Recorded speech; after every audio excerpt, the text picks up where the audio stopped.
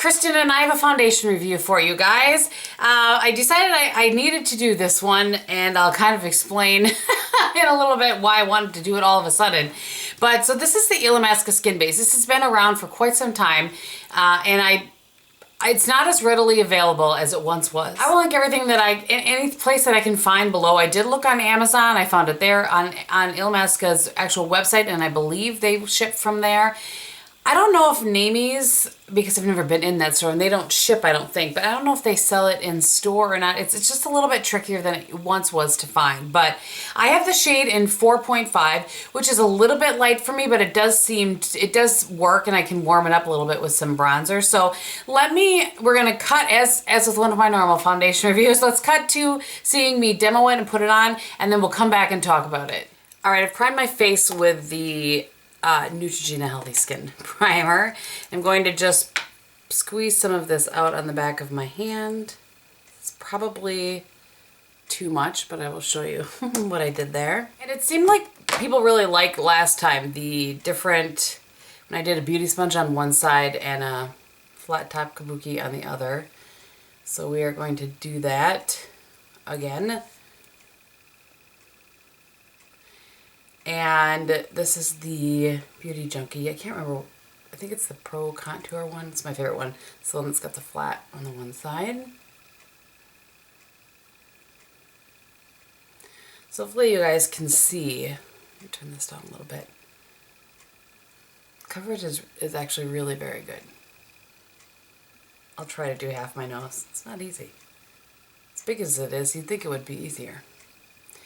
So there's half of my face with the beauty sponge, and then I'm going to take this is the Beauty Junkie Flat Top Kabuki. Put that over here. You probably saw I have a little friend there, which is from this foundation. But anyway, we'll talk about that in a minute.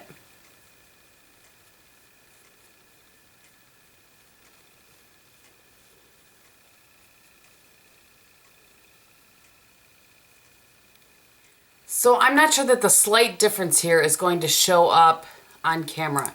I think that the beauty sponge, as usual, I mean, most foundations prefer beauty sponge. It just gives it a little bit more, I hate to say even glow or luminous. It just looks a little bit more natural for something that's a pretty full coverage foundation than a flat top kabuki. So that's just my thoughts. Let's go for a second layer. Got the rest off of my, oops, almost did the wrong side. So it can be built up. It's certainly very full coverage in my opinion. Oh, I can't believe I'm putting this on my face again.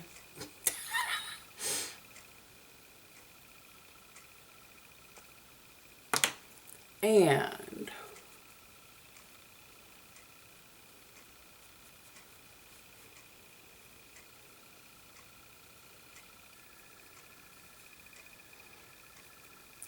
all right, so there's my very flat looking face. All right, so if you're new to one of my foundation reviews, first of all, welcome. Second of all, I have a 5-point system. So I have five categories, and they can get from 0 all the way up to 1 point in each category, and then we have an overall score at the end. So first category obviously is going to be coverage. This is really full coverage. You can sheer it out a little bit if you want. I mean, obviously mixing it with a moisturizer or something would sheer it out, but just on its own you can sheer it out a little bit, but it's going to give you some good solid coverage, and that part of it I really like. So I'm giving it the full point for that because it is full coverage. So let's move on to finish. I just want to read, and this is from Illamasqua's website.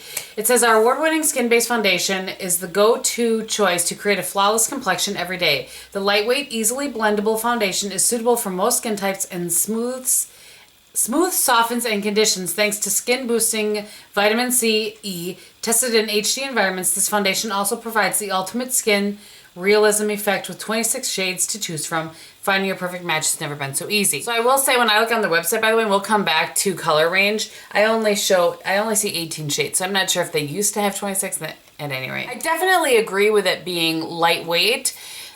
So, you know, as far as finish, it is sort of a lightweight finish, but I just feel like it makes my skin look flat, like flat. And I apologize, I kind of forgot because I'm filming 2 videos today, or a portion of one and then this video. And I went ahead and put the IT Cosmetic Celebration Foundation Illumination over the top of this. So hopefully, if you want to see what it really does look like, you know, go back, reference back to the demo, and you can see what it looks like when I'm done. It's just really flat. I will say it doesn't dry my skin out at all, but it just doesn't look like there's any life to it. That's the best way I can explain it. It's just flat and lifeless. So I'm only giving it a 0.25 for finish because I just don't like it. Some people may really enjoy that portion of it, but this is me. This is my scoring system. Okay, longevity.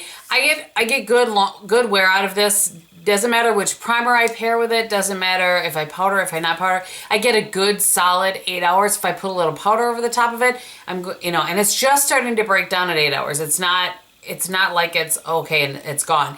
It's got really good wear. I really like that about it. So I'm giving it a 0.75. I would give it a little bit more if it would, you know, start breaking down at 10, but 0.75 is really good. So packaging, let's talk about packaging. It's a nice squeeze bottle. It has a little tip at the end of it there.